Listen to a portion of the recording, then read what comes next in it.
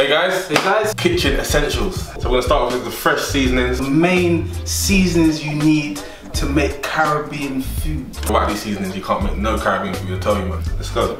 Yeah, man, so we're gonna start off with thyme. Thyme, just on thyme, T-H-Y-M-E. So what we do, we use this in our rice and peas. That's probably what it's most famous for, to soak and to boil and to get the flavor really into that peas when you're soaking it and when you're boiling it up as well. The aroma is so strong, very minty, very potent. As soon as you pick it up, you can immediately smell the flavor. Good for like meats as well. Your curry goat, thinking your curry goat, thinking your brown stew chicken. You might get it like finer in like the jars. Fresh thyme is always the best. What we got next, bro? Alright guys, gonna start with the Scotch Bonnet. I know you guys are familiar with this. Without this, man, you can't tell me you're cooking Caribbean food. Use some rice and peas, curry goat. If you don't like too much of a spicy taste, just let it sit in your rice and peas and let the aroma do the work. And if you want more of a spicy taste, dice it up or chop it up and fling it in your food. Also in your soups as well, but be careful not to let it burst because that's when it becomes way too spicy. Trust me, remember to wash your hands or wear gloves. Yeah. I've had so many incidents with this. Trust I'm not going to talk about it now. Are there any other peppers that you would suggest on using that are hot peppers? Like alternatives? Yeah, so kind of pepper, chili peppers. Yeah. If you don't have a pepper, you can always use even the hot pepper sauce. Yeah, it's true. As a substitute, you know, just any kind of habaneros. Yeah. I know some people in America have got habanero peppers. Yeah. So yeah, but there's such a distinct taste. Yeah, like, it's more of a Caribbean flavour, isn't it? Yeah, it's hard to beats these replace. peppers. It's kind of hard to replace it. Yeah, nothing beats these peppers. So I'd always 100% recommend getting these. When it sits into that rice and peas, it just makes it, man. The aroma, man. Like once you put in the washed rice, stir it around, then put this in, and then take it out. Trust me, guys. Halfway through Try it. for the cooked rice. Try it, man. We learned as well in Jamaica is that there are different actual fragrances of each one. The yellow one and the red one has a different fragrance and more spicy. More spicy taste. Yeah, so the yellow one has a spicier taste. This is obviously red. Right, we're gonna move on to some spring onions, guys, aka scallions. Right, scallion, as my bro said, they call it in Jamaica and America. In the UK, we call it spring onion. I don't know why, but that's what it's called. We called it. Great aroma. You dash it in your rice and peas, your meat as well, just like the thyme. Or you can dice it up as a base for your meals, you know, with the onions and the garlic. This is from the supermarket, nice and small. But if you go to your Asian supermarket sometimes, they're quite hench and big. Trust me, they're massive. Like they've been injected. Exactly, steroids or something. Yeah, man, they're just always bigger in the Asian local markets. To be honest, in Jamaica as well, they're hench like this. Yeah. They're hench. Seriously organic, you gotta remember. The farming out there is very different to European farming. Yeah, very versatile. You can throw them in a blender, make your own sauce, or you can put it in the base of a curry. When sizzling up those onions and garlics with some olive oil and some spring onions. Right. Do you know, guys, thyme and spring onions are a really key factor for jerk. You know, we use these ingredients to blend a jerk marinade. Yeah. So we just move on to this one now, the onion.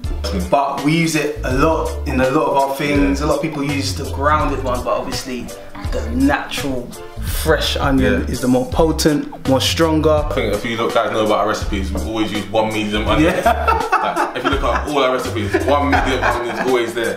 What is a medium onion, bro? Is that medium? I don't even know, fam. They look small to me. Guys, comment below, is that medium? What do you think, bro? It's not medium, but it's not small. Yeah. I'd say that's small. Average. That's small? Yeah. I've seen smaller, to be fair, but yeah, that could be small. I'll say that's small. Moving on to the garlic. This is my favorite seasoning. Cloves, guys, like, we always use 8 cloves, 6 to 8 cloves in our meals. Great base to start off with to make your foundation. The foundation always got to be strong in Caribbean cooking. Yeah. Before I used to find it really hard actually getting out the clove.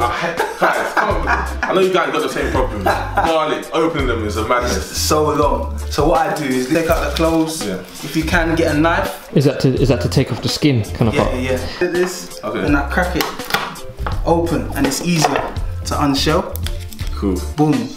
Nice and easy. I'll show you my way to do it. That's how I pray that. This is my way. Everyone's got their own way to do it. That's what I love. There's no wrong way. Yeah, what I do, I just like cut it.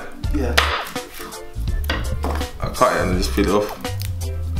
Which way is quicker? Peel it longer still. It's long. But I just cut it and just peel it off. That's a good way as well. Pimento. Jeez. Pimento, aka allspice.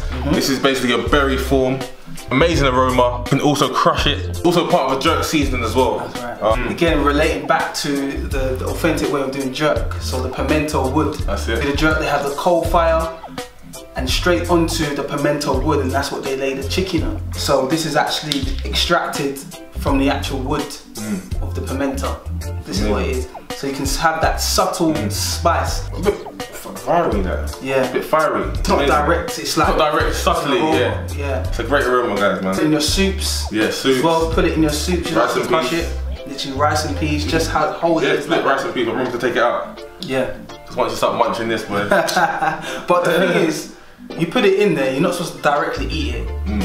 Once you put it in your soup or your rice and peas, it actually softens. Yeah, it does. It softens, so it's not so potent. So last but not least of the fresh seasonings, we've got the ginger. It's one of the key and subtle ingredients in Caribbean cooking.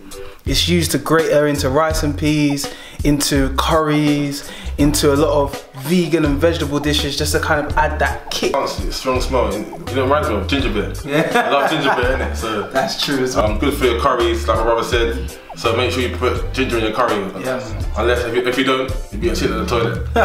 You'll be sitting in the toilet, trust me. It's so true, man. And also nutritional benefits as well. So it's used a lot in terms of flu as well. So in our Nan's flu remedy, this is a big and key ingredient.